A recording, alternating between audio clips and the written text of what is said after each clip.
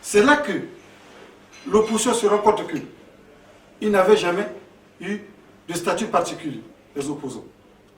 Et c'est là que la société civile se rend compte que leur statut particulier n'avait jamais été pris en compte.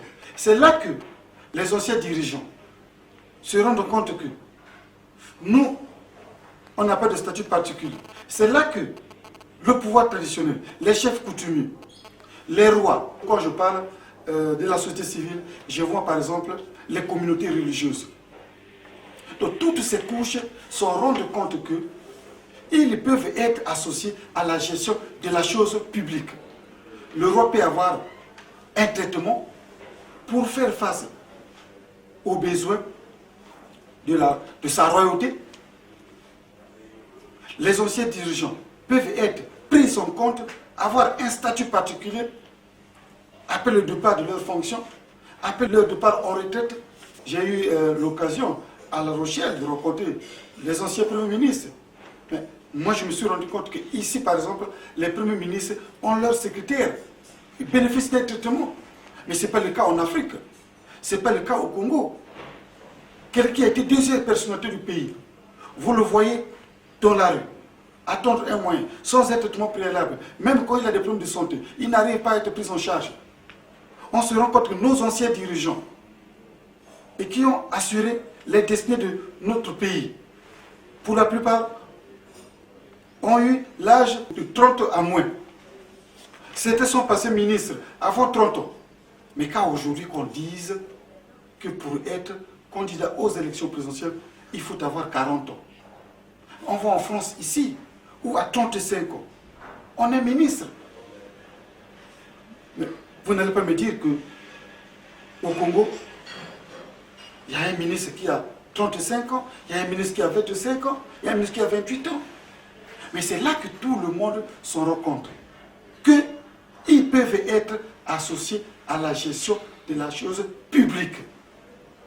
Maintenant, qu'on soit à la fin du mandat, parce que certains pensent qu'ils doivent arriver aux affaires. Ils doivent assurer la succession, ils doivent assurer le remplacement. Mais les autres couches défavorisées, c'est là que les gens posent comme préalable. Parce que j'ai eu l'occasion de discuter avec la jeunesse à la Sorbonne. Donc, les gens se disent nos intérêts, nos situations. Parce que hier, le paysan ne connaissait pas la Constitution, le piroguier ne connaissait pas, l'agriculteur, le taximan ne connaissait pas. Maintenant que tout le monde, à la faveur de ce débat, un peu partout en Afrique, comme au Congo comme en Afrique, les gens se rendent compte que nous étions mis à l'écart et que nous pouvons être associés et nous pouvons bénéficier des avantages autant que tout le monde. Vous êtes prolixe, c'est très bien. Voilà la situation. Il est prolixe. Alors, je passerai la parole à notre confrère Bernard Poche, qui va essayer d'évoquer un peu vos tournées. Oui. La première question que j'aimerais vous poser, monsieur, qu'est-ce que vous en retenez de l'échange que vous avez eu entre vous et ceux que vous avez rencontrés lors de vos tournées? La préoccupation fondamentale était de communiquer mon message.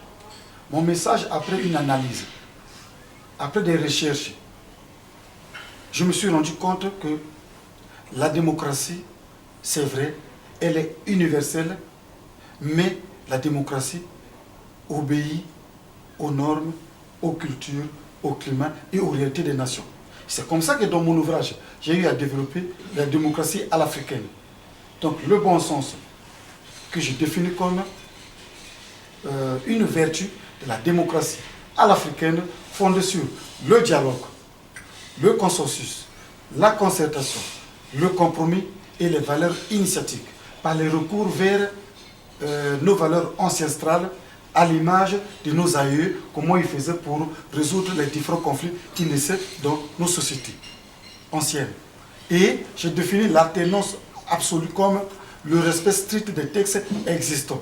Et c'est le message que j'essaie de communiquer à travers les nations et que j'estime un message de paix, parce que j'invite les Africains à dialoguer, à échanger, à trouver un consensus à l'image de ce qui se passe aujourd'hui en référence à la Libye, où les gens n'arrivent pas à s'accorder aujourd'hui.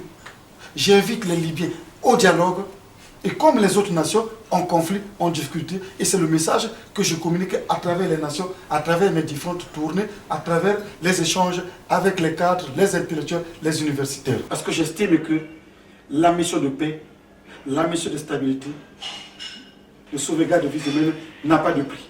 Est-ce que vous pensez que c'est possible en Afrique d'arriver à ce stade-là? Je propose ma recette à qui veut l'accepter. Il revient aux uns et aux autres de l'accepter comme de le refuser, à choisir la voie du malheur comme la voie du bonheur. Le choix à tout un chacun.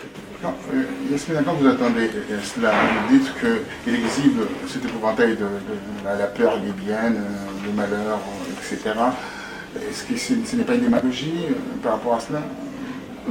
Ben, disons que justement, vous opposez dans votre livre la démocratie africaine et la démocratie à l'occidentale. Effectivement, on ne peut pas la plaquer de manière artificielle, l'importer de l'Occident et la plaquer sur le continent comme ça. Il faut tenir compte des réalités. Mais selon vous, quelle est justement la principale ou les principales entraves à cet avènement démocratique sur le continent? Madame, le constat a été fait.